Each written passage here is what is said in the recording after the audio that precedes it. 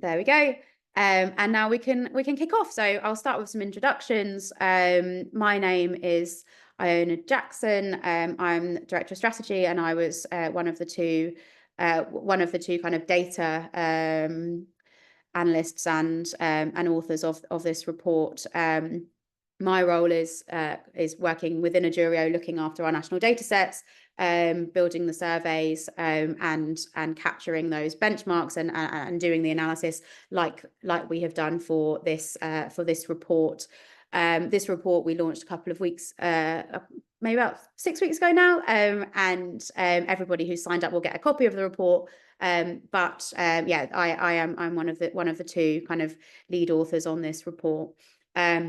We also have Ben Hazelwood and Dame Alison Peacock, who between the three of us, we make up the full kind of report team.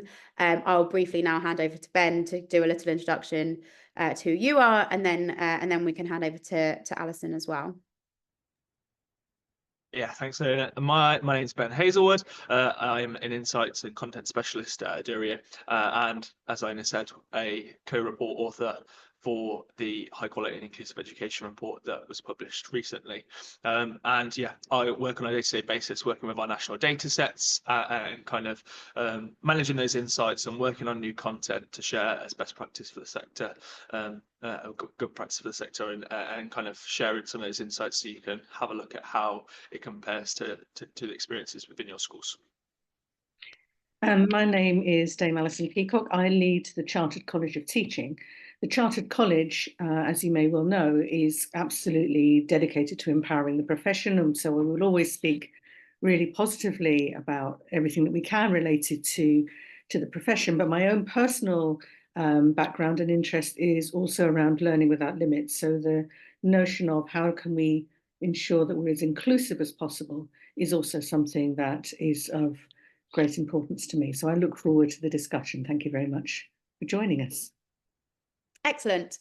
And yeah, so just a little bit of background. As I said, this is based on our report that we launched a few weeks ago on improving quality of education. And the reason why we picked this as a topic is I'm not sure who's familiar with the Department for Education's trust quality descriptors, but within the descriptors, one of the kind of key ones is high quality and inclusive education. And within that section, one of the key focuses on kind of creating well-rounded children who will become well-rounded adults, creating an environment where they feel heard, where they feel respected, where they are able to learn how to respect others and see themselves reflected and so on. We've kind of used that as our starting point for prompting this analysis, and we've taken it a little bit beyond that as well. We are looking at pupils, parents and staff, and taking a more kind of 360 view around the kind of the overall environment within schools, and having a look at kind of what's got better over the few years that we've been collecting these national data sets, what's got worse over the few years we've been collecting these national data sets. And I'll just start before we hand over to Ben to go into the data covered in the report in detail. I'll just share with you two additional data points. So Edurio partners with the Confederation of School Trusts on their annual CEO survey. And the annual CEO survey basically asks trust CEOs, what are your priorities and what are your biggest expected challenges going into the next academic year? And this data was collected in June, so this is all thinking about this coming academic year. And it's the third year that we've run this survey. And in years 1 and in year 2, the number one priority that came out in the survey was improving quality of education. Very notably, this year is the first year where that's not been the number one priority, and the number one priority has been financial sustainability. That was always up there in excuse me, in the previous 2 years, but this year we are seeing financial sustainability overtaking improving quality of education as the kind of big priority. We've kind of looked at this data and had numerous discussions around it since, and I think nobody is of the opinion that this is because improving quality of education is getting less important. I think this is a reflection on the fact that financial sustainability is getting that much harder. So yeah, it's still kind of the big the big goal, and it's still kind of what we're doing as a sector is trying to build a situation where we have quite high quality education. And then within that, we had within the CST annual survey, we looked at different topics in more detail, with high quality and inclusive education being one of those kind of areas of deep dive. And again, we asked the question kind of, what is your big priority when it comes to quality of education for this academic year, and what do you expect to have the highest area of challenge? And this chart is a bit hard. There's a lot going on in here, but I think the things to look at are the things in those red zone. And the things in those red zone are the areas where trust CEOs are expecting things that are of high priority to them to also be of high challenge to deliver. And within that, there is inclusion and SEND provision and attendance. And I think this really reinforces the notion that this discussion is important, and that that those trust quality descriptors and that high quality and inclusive education area is of real kind of necessity for the sector to be working on, and kind of monitoring and continuing to kind of ensure that we're doing as best as we can. So that's a kind of a scene set, some data to set the scene before we look at some more data to set the scene for the kind of detailed discussion within improving quality of education. I'm going to hand over to Ben now to go through the data that we cover within the report, and look at kind of what are the areas where we've seen some improvement over the last few years, and what are the areas where we've seen things worsening. Over to you, Ben. Thanks, Leona. Yeah, so in the high quality and inclusive report, if you haven't read it already, we take a look at three stakeholder groups. We look at pupils, staff, and parents. And today I'm going to share some of the key changes for each of those stakeholder groups. And first, we're going to take a look at what's changed for pupils. So within the data, we asked pupils whether they take part in lunchtime or after school clubs to look at the engagement within extracurricular activities. You can see from the graph on the left that from 2020 to 2021, the red bar was decreasing, which was how many pupils don't take part in lunchtime or after school clubs. In the last academic year, you can see that that percentage of pupils increased to a high of 47% in those. Despite less people taking part in them, we can see on the side of the left that when we ask how satisfied pupils were with lunchtime or after school clubs, it stayed reasonably similar over that time. We can see there was a high in 2020 to 2021. If we look at the green bars, and then down, it dropped in 2021 to 2022, stayed around the same, with a slight increase in the last academic year. Oh, have we got a problem with screens? Sharon, can everybody see the screen? I can see it.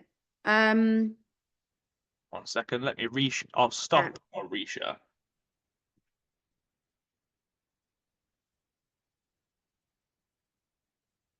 Yeah, everybody see it now. Cool. Yeah, I can. Yeah, I think. Fab. Yeah. Yeah, so you can see from the red bars on the left that the general thing was a decline over time in the number of pupils who weren't participating, with now an incline in an increase in the number of pupils that aren't participating in those lunchtime or after school clubs at their school. And then we see that on the right is the graph that shows that people's perceptions of extra activities have improved compared with the previous 2 academic years. So this is an interesting question. How often do you find what you learn at school interesting? So we asked this to pupils. Only 28% of pupils in the last academic year report finding what they learn at school interesting.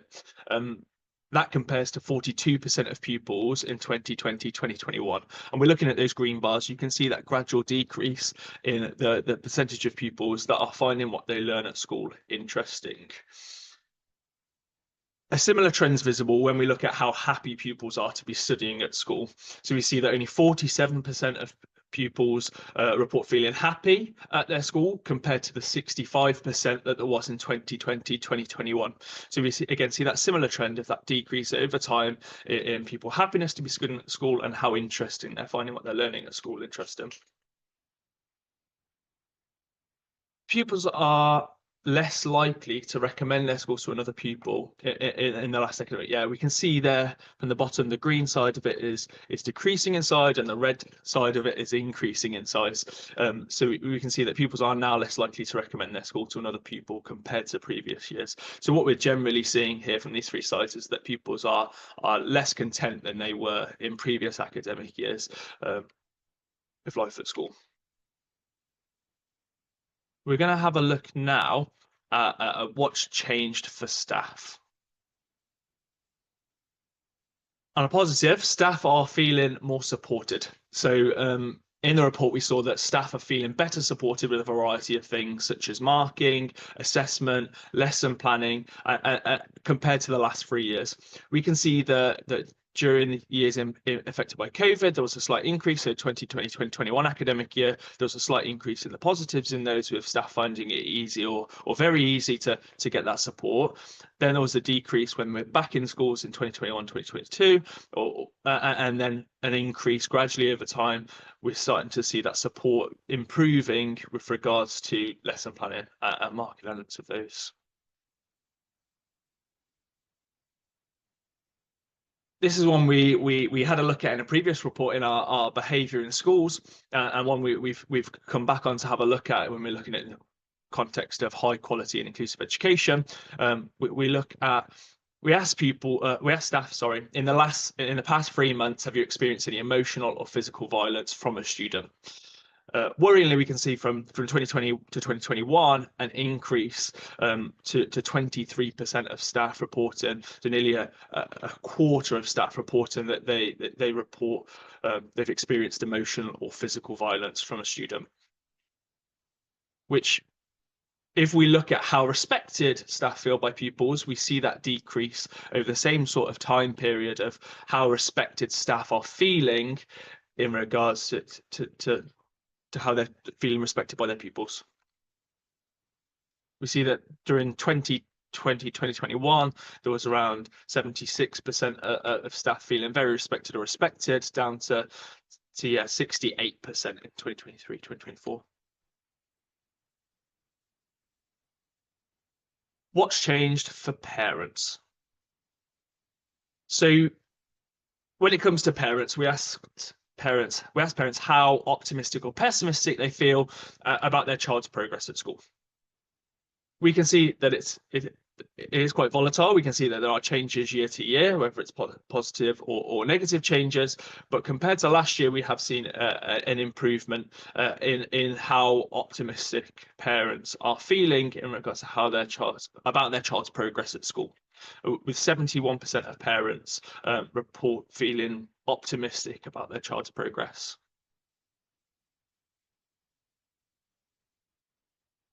Now we're going to take a look. The next few questions kind of cover how informed parents feel and communication from parents. We can see that 59% of parents report that they were completely or quite satisfied with the school's communication with them. So we can see that is a slight increase on last academic year and compared to 2021, 2022 as well. So there has been an improvement in the perception of staff feeling satisfied with the school's communication with them.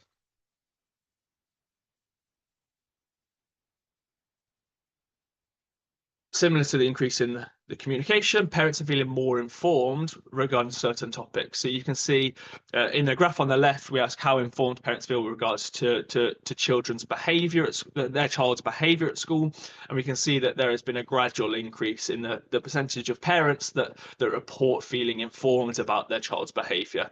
So in 2019-2020, we can see we had around 67%. We had 67% of parents saying they felt fully informed or quite informed, and then in 2023-2024, we can see that we had 72% of parents reporting that they felt informed with regards to their child's behaviour at school. When it comes to pupils' homework, we saw a peak during 2020-2021 with parents reporting that they felt informed with regards to their child's homework, and then there was the decrease in 2021-2022 academic year, and there's been a gradual increase year on year up until the last academic year, where we see that 59% of parents report feeling either fully informed or quite informed with regards to homework with their child's homework. So I think this is where I hand back to Iona here with what's next for improving education quality.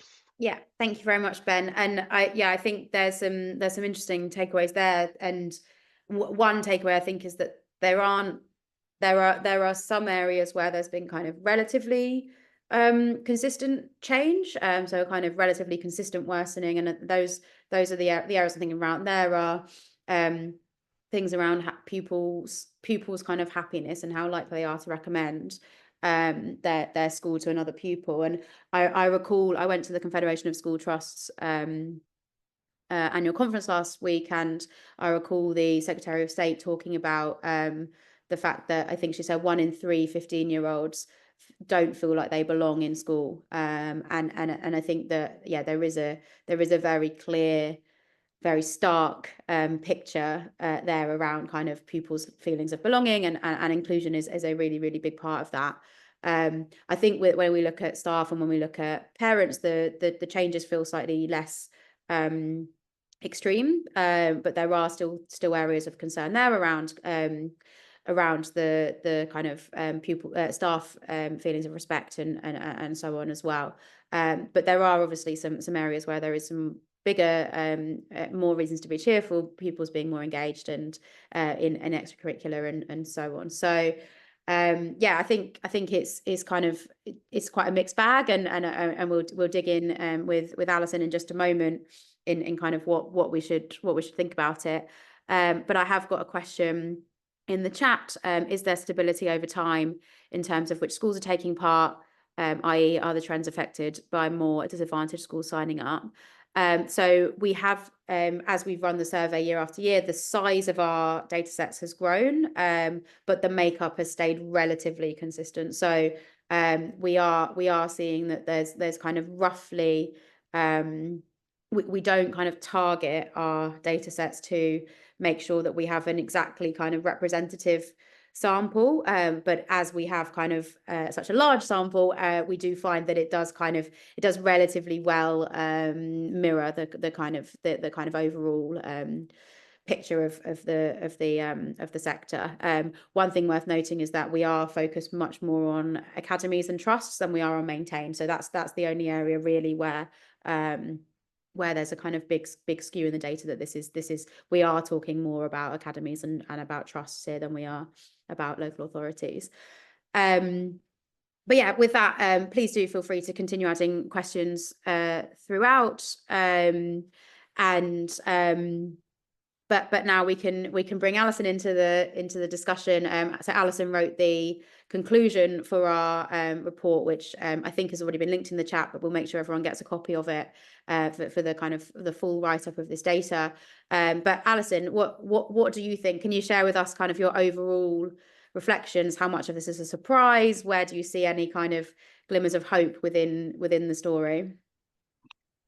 Thank you. So yeah, there are aspects of this report that are very concerning, aren't there? I mean, the well-being, the happiness, of our students, whether or not they feel that the curriculum is meaningful, concerning.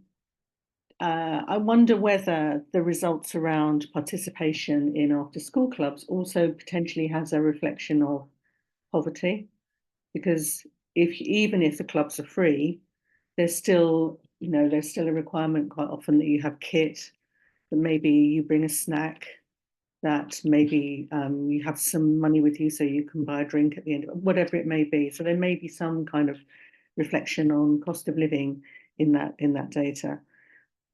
Overall, I think what we're seeing nationally, certainly within England, is that youngsters who experience additional needs are feeling less and less a sense of belonging within the school.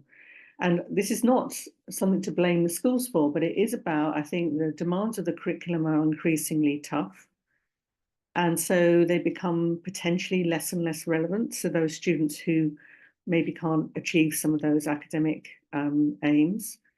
I think that we have got an increasing disconnect between wider society and school. And in fact, Amanda Spielman noted this in her annual report, in her final annual report, that there was sort of a fracturing of the social contract between schools and families. So although you've got relatively positive responses from parents about communication with school and so on, I think overall, the notions of school relevance, meaningful engagement with school and so on is probably in decline. And it's something that is really serious and really concerning. So the fact that we've got a new Secretary of State who is incredibly positive towards the teaching profession is a great help.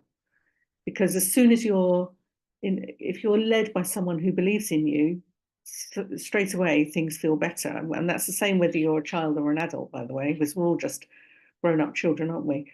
So having a Secretary of State who supports the sector, who is willing to look beyond just academic outcomes and look at a greater range of measures of what makes a school an irresistible place to learn or not, that's very helpful. And I think the shift in the accountability agenda is also a very helpful trend. So we perhaps haven't seen that in this data set, but I hope very much that as we move towards removal of single word judgments, as we move towards a balanced scorecard, there will be a greater emphasis on the whole experience of school for the young people. And that hopefully then leads to them feeling more satisfied with their experience of school. And there's something also that's really important when I've been actually reflecting on the results of what happened with the election in the States, and that is the influence of social media on all our behaviours and ways in which we view the world. And young people tell us, I'm on a commission at the moment that's looking at conspiracy theories, and some of the evidence that we've collected for that commission is saying to us that young people use TikTok as their source of news. So if you've got TikTok leading the kind of culture, if you like, of young people and what their priorities are, there's a whole kind of range of things that implies for how meaningful is the curriculum in school. Not that I'm suggesting we follow a TikTok curriculum. What I am suggesting is that there are times when potentially what we study in school feels quite a long way away from the day-to-day reality of young people's lives. So I think the curriculum and assessment review is very welcome at this time. I think that putting the special educational needs priorities right at the heart of the DFE is an incredibly welcome move. I think there's a lot more that we can do, but I think we should resist thinking this is the fault of the profession. I think it's a much bigger issue to do with society at large, to do with a ever reducing set of support services for schools within the community, and the impact of things like the economy. So lots to discuss would be my summary. Yeah, I think that's such an important reflection. Is we work within the education sector, but that actually it goes so much further beyond that. And as you said, around the financial issues, this the very first slide that we showed today showed the shifting priorities at the kind of trust leadership level. So the sector leaders are considering finances as their biggest priority for the first time since we started surveying 3 years ago. And I do think that there's so much to think of kind of beyond the school gates and beyond kind of this is a big problem, a big moment, and it is a big kind of challenge with a new government in the UK, new government in the US incoming as well. Having just said all of that, where have you seen within trusts and within schools? Are there any areas where you've seen kind of really good practice that people have been able to, despite all of these kind of macro level challenges, societal challenges, any schools or trusts where you've seen kind of really good practice and people being able to get it right in terms of giving a kind of high quality and inclusive education? So the first thing I'd say is every single school I visit, I come away impressed. You know, there are always areas of excellent practice, and you know, it lifts the spirits to go and see what goes on in school. So I really feel that teachers are working incredibly hard. We've just run a focus group at the Chartered College with colleagues from the special ed community, and the focus group was designed to get feedback so that we could use members' views to inform our response to the curriculum and assessment review. And I was chairing the group meeting, and honestly, as much as I was trying to sort of say, are there things that we could change? Are there things that we could develop about, you know, the assessment system or the curriculum or whatever? Every single one of the members of that focus group was doing their utmost to sort of double over in their endeavours to make things work. So, you know, although the financial environment is challenging, very challenging, and I'm sure that's what relates to that first finding. And that's a worry. It's a key worry. If you're leading a school or if you're a CEO, that will be your number one concern, because if you haven't got the finances, you can't provide the support that you need for all your community of learners. Although we've got all of that, although that we've got the decline in support services and all the things I've talked about and more challenging behaviour in classrooms, still we've got teachers saying that we can manage to do this. So yes, I visit multi-academy trusts, I visit individual schools, and I see great things happening. And I also see, most recently, I'm seeing teachers who are talking about being driven by ethical leadership as opposed to doing what they think, a perception of what they think Ofsted want, which is a really brilliant shift, to be frank, because under the previous HMCI, it was rarer to have people voicing a bit more courage around those kinds of things. I mean, it happened where people were a long way away from the next inspection window. So if you had to wait another 3 years before anybody was even likely to come knocking, you're much more likely to look like you were being courageous or to be courageous. But actually, I feel as if the culture is shifting somewhat. So that's helpful. And then there are regional things like, for example, working with Teesside. They're doing a lot of work to understand the pernicious impacts of poverty on their young people.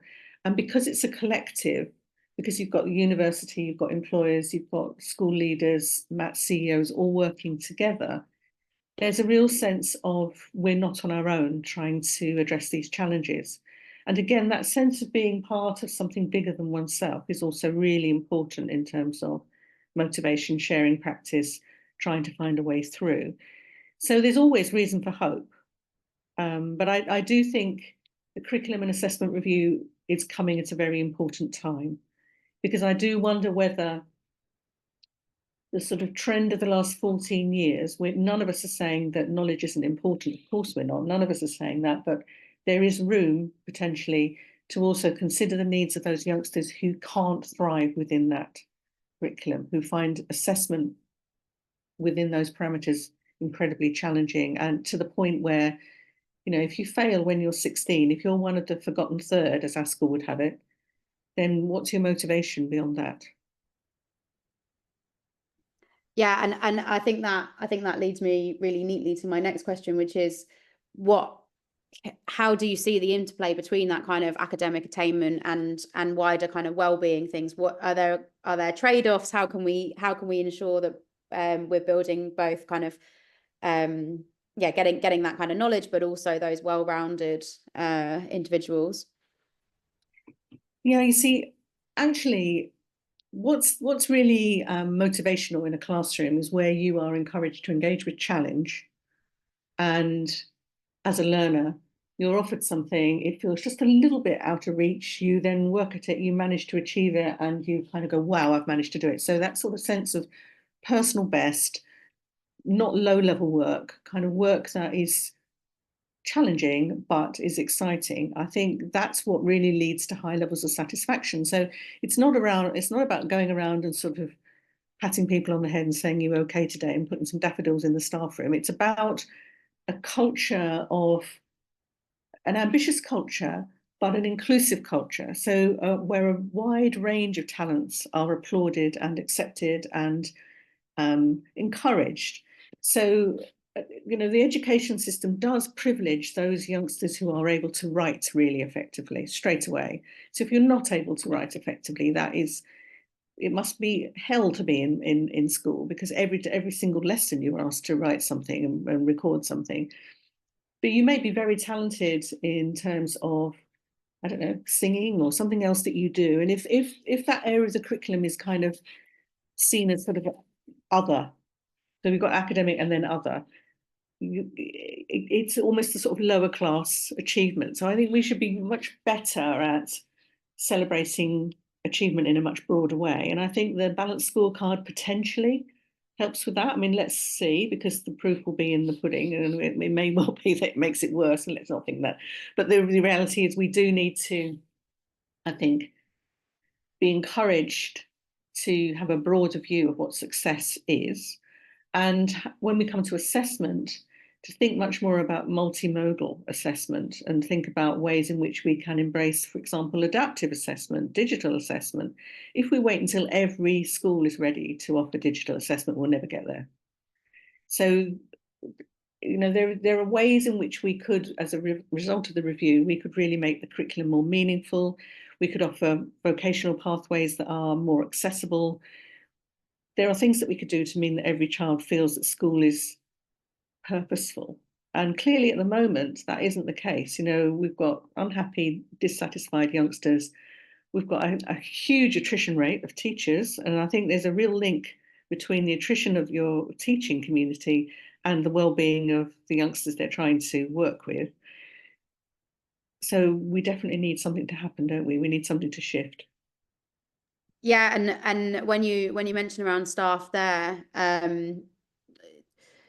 you think that you say that you think there's a clear link. We have actually done some work. I think launched this week with Iris, another education supplier, where we looked at the link between staff happiness and pupil happiness, and I think there is a link borne out in the data, as well as that kind of as well as the sort of sense that it would make sense that that those two are linked.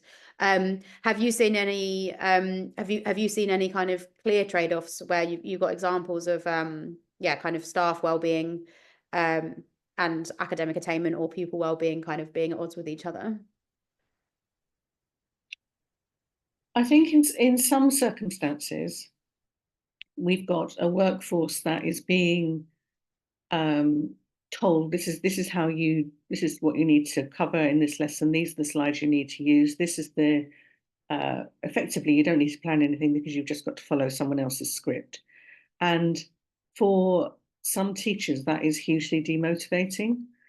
So I think we need to get better at providing the support that teachers need so they're not starting from scratch. Nobody is suggesting that's a good idea, but equally recognizing that individual agency and freedom of not only over exact content of what you're teaching, but how you deliver it.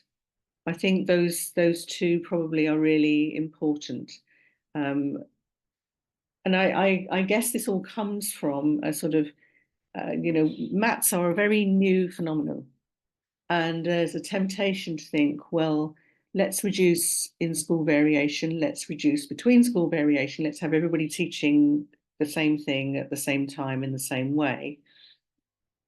But I'm not sure that we've got any proof that that is the most efficacious way of learning. I see a note in the comment about sharing the IRIS data, and I'm also going to bring in another plug for another bit of research that we've done recently, which was around staff workload. And one of the things that we looked at was kind of, yeah, how do we create an environment where staff feel that their work is not so overwhelming.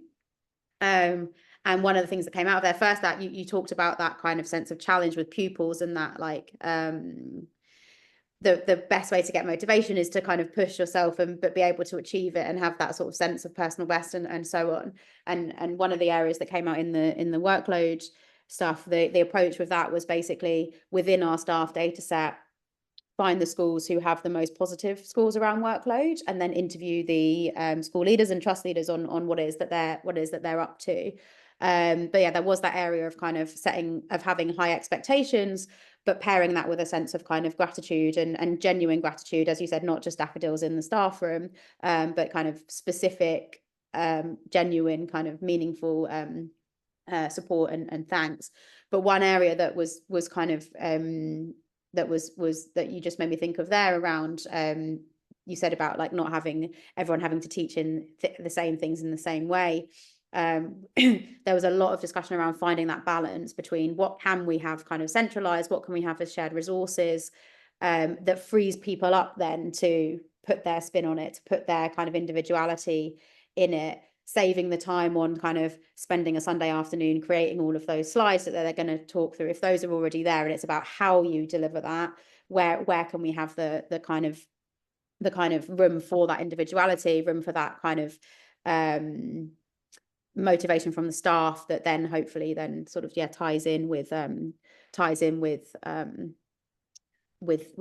kind of pupil motivation as well. I note that there's a question around sharing that we'll share both the IRIS stuff and the workload stuff in the thread as well. Perhaps Danny or Dilke could grab those and put those into the chat. Yeah, and then I think my final question before we move into a opportunity for a more detailed discussion with everybody on the line. You've mentioned a couple of things that you see incoming, but what can you talk about kind of where you think the sector is moving? Where do you see kind of the next big things coming that will impact the pupil experience and that kind of sense of inclusion and achievement, but also the staff experience? So I would say this, I guess, because I lead the Chartered College of Teaching, but I think where we really treat our colleagues as true professionals, they thrive. And we're really keen within the Chartered College to share stories of practice, to hear from colleagues where things are working really well, to talk up what's working in the profession in a way that is encouraging and enabling, as you say.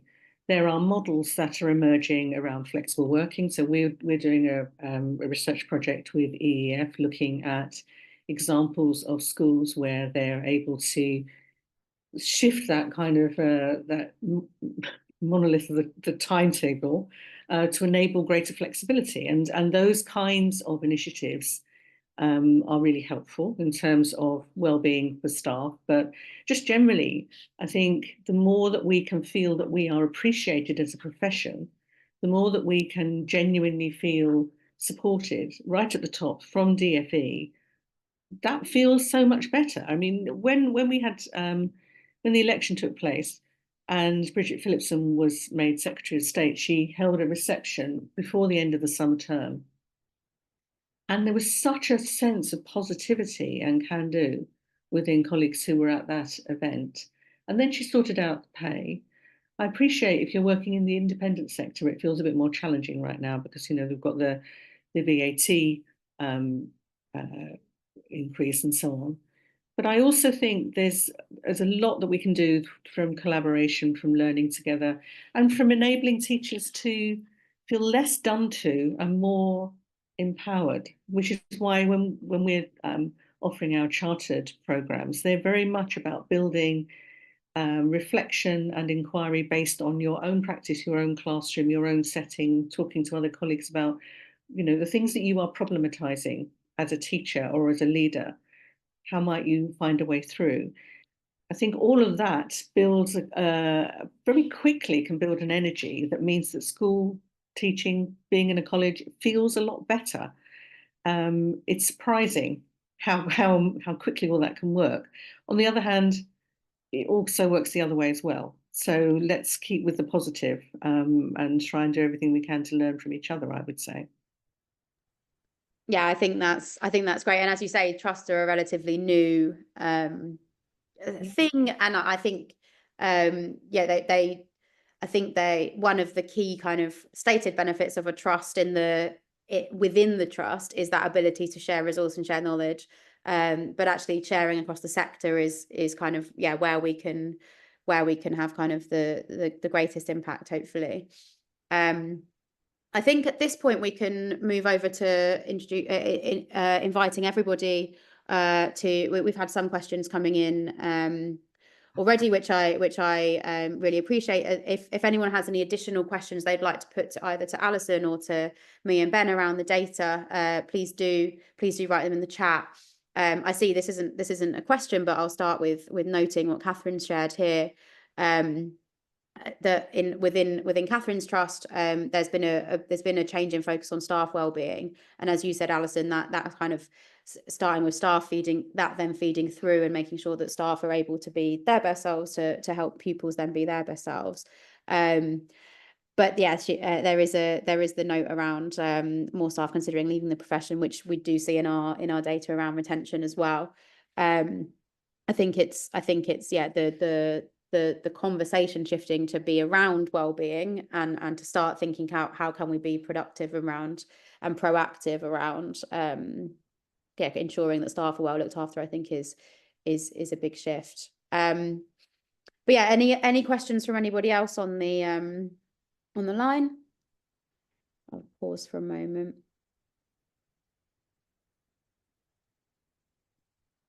I mean, there are initiatives, aren't there, that are developing, such as the 9-day fortnight. There are things that are emerging across the sector, which may prove to be very helpful.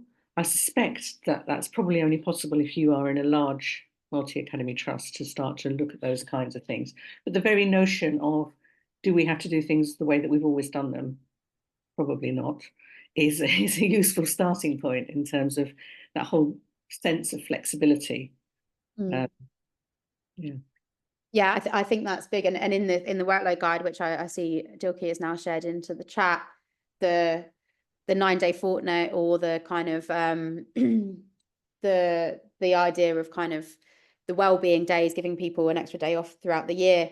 It was really interesting hearing different people's approaches to that, and there was one school in particular that said this won't work for us because our pupils are kind of in the top something percent for disadvantage. The consistency from the teaching staff is the most important thing for the pupils, and so actually having the kind of wellbeing days where we would cover a teacher for a particular day, or having a 9-day, all of those things, that wouldn't work for their setting.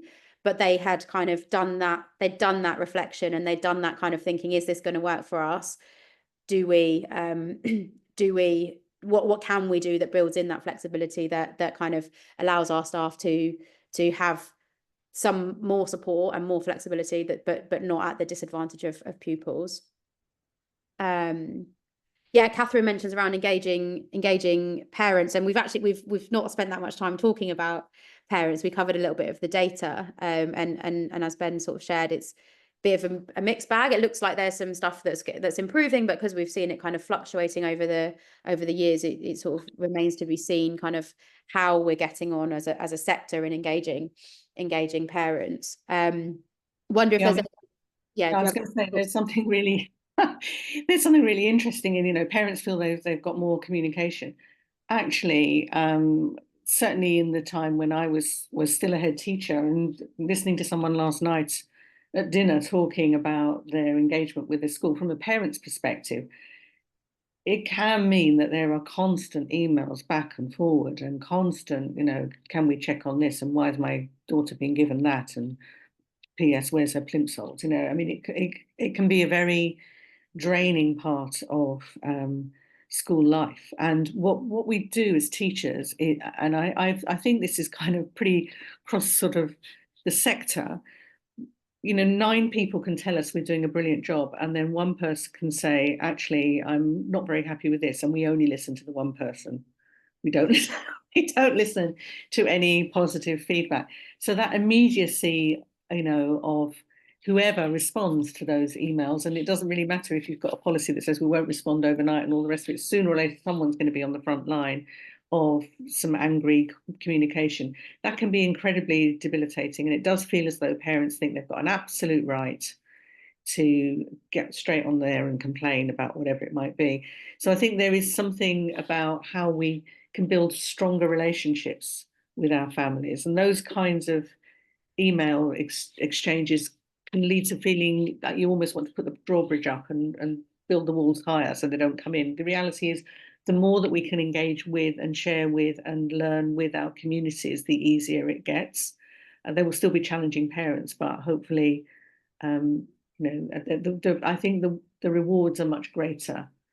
So being able to do that, and often using food as a way of providing a kind of means of that sense of sharing, having food together with students and staff and teachers, whether it's a parent evening where they're coming to look around the school, but you also providing different dishes that the students have made, or whatever it might be. It just eases everything. I'm not suggesting we can feed them all the time, but these kind of strategies are very helpful in terms of building relationships. Yeah, I was actually on a panel at the NGA conference in the summer talking about parents and food. I think it was with Big Education.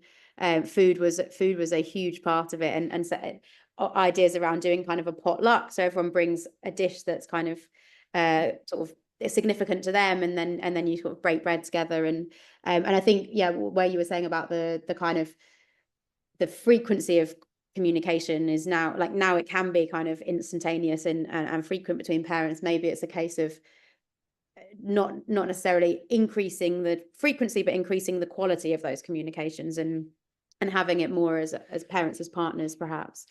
I see a question here. What opinions do you have about the likelihood of MATs having to return schools to local authority, and how is this likely to impact on improving education quality?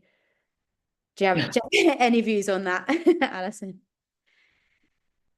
Yeah, I mean, this is a huge question. I think if I was leading a MAT now, I'd be scrutinising every communication that comes out of the DFE, because there do seem to be random announcements that suddenly seem to just appear about this kind of issue. I mean, Bridget Phillipson has signalled that she would be open to considering kind of greater involvement of local authorities. We've got the new school improvement arrangements that are sort of suddenly untried, untested, popping up around the country.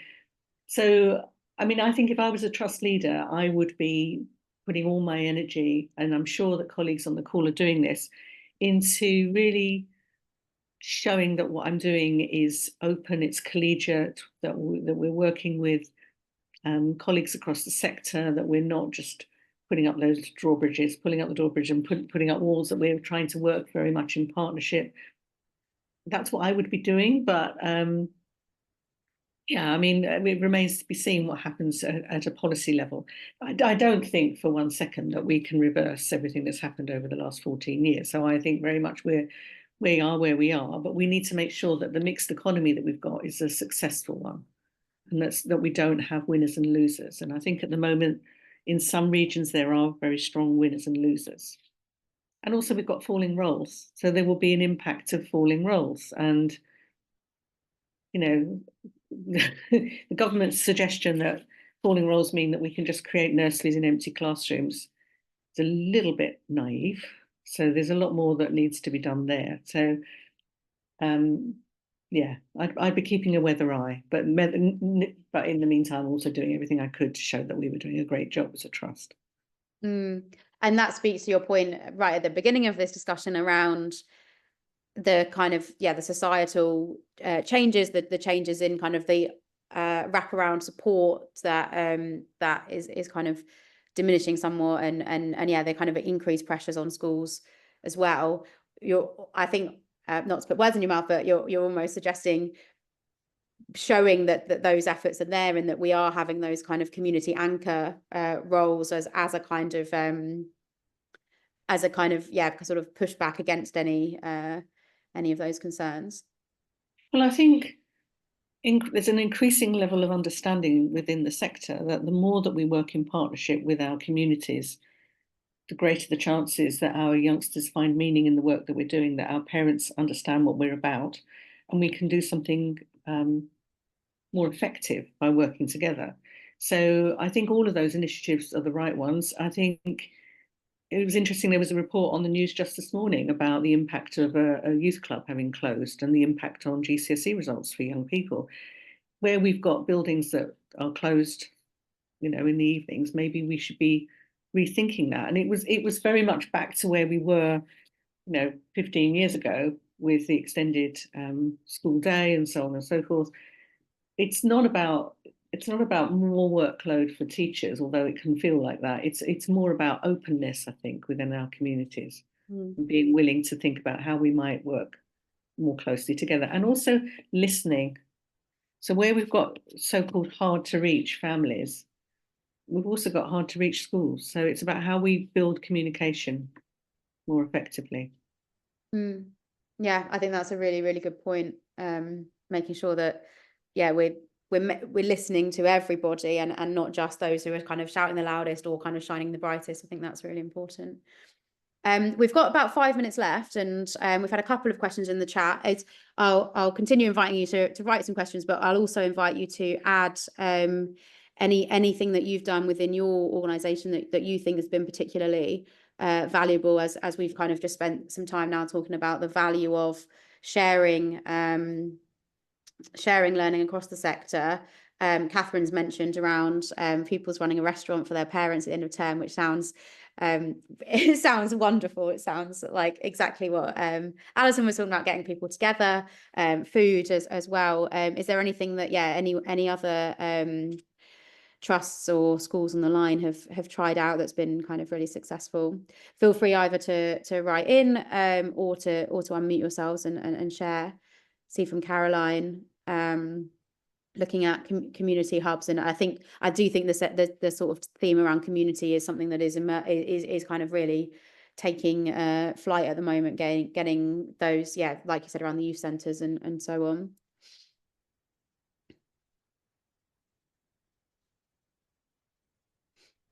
Give people a moment to write in or to pluck up the courage to unmute and share their exciting things.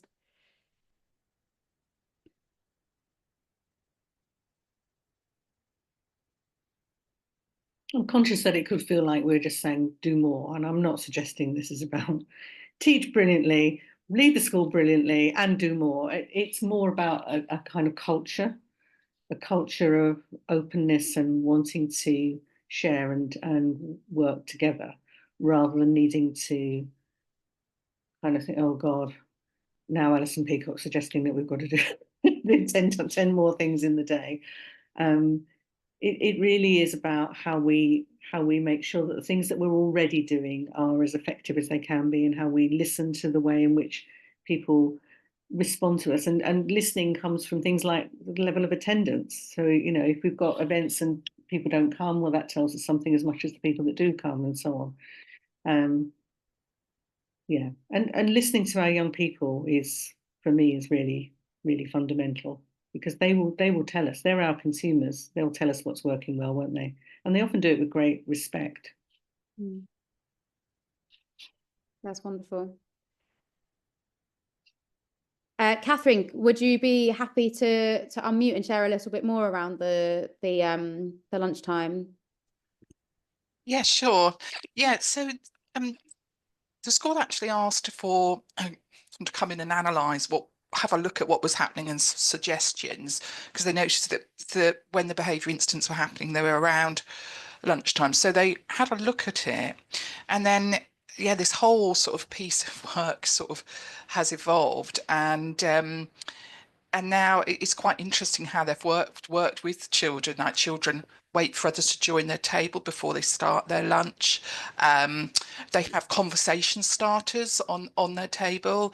They have and they swap these different children that take responsibility for helping at lunchtime, but make sure they move that around and swap that. It's a very it's in Nottinghamshire. It's quite an economically deprived area as well. So some children, it's in Newark-on-Trent. I mean, they've not even been into the centre of Newark actually in their lifetime. So what they've also done as well is use the money to take them out to a restaurant, to a restaurant as well, so they can have that experience too, and you know, or bring people in. But then, you know, in terms of doing that, we do find that parents tend to get more involved on kind of sports days, things they have their own issues around schools, but the food has worked well. But then the children, you know, have designed the menu. They've thought about, you know, different people's requirements, and they've, you know, making the food and things like that. So that's really worked. That's really worked well. It's them coming in, but it did start from this kind of, why are there behaviour incidents happening there? What can we do? And then this all sort of project sort of built up really, and you know, you know, and they have said, oh, that they sit and wait, and sometimes they go, oh, it is okay to start now. You know, they've really sort of taken it in. It really has changed. They've done so well with it, the school. That's brilliant to hear. Thank you for sharing. Great. We are running out of time now, but yeah, I can see Caroline has shared some information around what United Learning are doing around community hubs. I've clicked on the link and I glanced at it, but I'm gonna, I think, give it a good read afterwards, because it looks like there's more stuff for us to learn from there. But I think we need to wrap up now.